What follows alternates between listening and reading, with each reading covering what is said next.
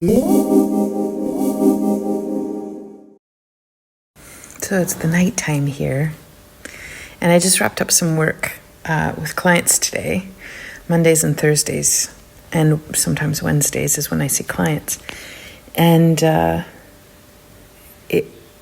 am enamored with humans and the human capacity. And I am seeing, I don't know if anybody else sees this, but I'm seeing certain trends in clients and conversations and in observations and things and repetitions of things that I'm seeing. And like, it just keeps coming back to the same thing. It's time to dismantle the war talk. The war talk with ourselves is where we begin if we have the capacity and the space to do it. But more, like dismantle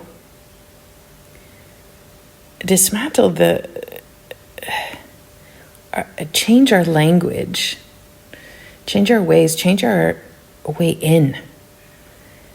I don't know how to put this into words, except that it is a message that I keep getting time and again, and feels like it's washing over everything, in everywhere. In my work, we had 150,000 people demonstrating here in The Hague on the weekend. It's a international city of peace here. There is this overwhelming call right now to dismantle war and to de-escalate. And I'm seeing it in my work with clients as well. And one of the ways that I feel like I'm supposed to give you some kind of lesson or something in these things where I'm thinking out loud, and it's, then it sort of it turns this into a capitalist thing.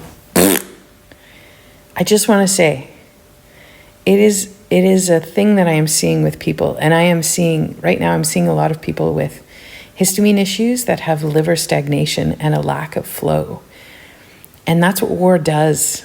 It divides, it breaks apart, it stops the flow, it puts in blockages in so many different ways. And I think right now, so many of us are waking up to figuring out, no, I don't want to do that anymore. Maybe it's done us well to survive, to get us to this point, but it doesn't work anymore. And it's time to shit it up, kids. I had a conversation with a new client recently, and it was just so great. We were talking about, I've had the same conversation, not with just her, with like quite a few people actually, where it's like, okay, this whole idea of like, this is what I winnowed it down to. This whole idea of flow and how there is a call to invite flow right now, really in particular. And I mean, it's springtime. It's the traditional season of like the flow starting to go upwards with liver and the traditional way of looking at how systems work and the world and what have you. But there is really a very big pull for us to invite in flow in places where it feels very scary to invite flow. And for some bodies, the resistance to flow is really, really strong. And I acknowledge that. I see it in clients. And I know it, but I need you to know that this is about love, and this is about letting go of holding on so tightly to the side of the river and going with the flow. And the picture that just keeps resonating, getting clearer each time I tell the story of it, is like this river. And I didn't make this up. This is like a culmination of so many different people saying the same thing, conversations with people I've seen on social media sharing about this, like this concept that there's a river and a lot of us are hanging on to the side, the edges, and we're really reluctant to let go. But that the pull right now is to really trust in letting go of that edge and going with the flow and trusting that the flow will take us where it is we need to go and that we're going to be okay. And it's damn scary to let go of the edge sometimes. But what if you can imagine something different? And I think instead of letting go, because I acknowledge not everybody is able or ready to let go. And I see it in clients where they're not ready to let go of some things they're hanging on to. And I think that's A-okay, and I think there's wisdom in there.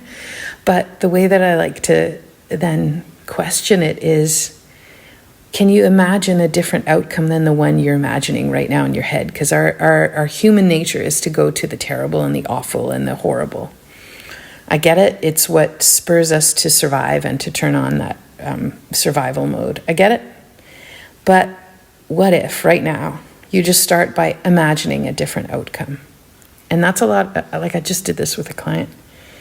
I asked her questions that caught her right off guard, and she's like, oh, I don't even know how to answer that.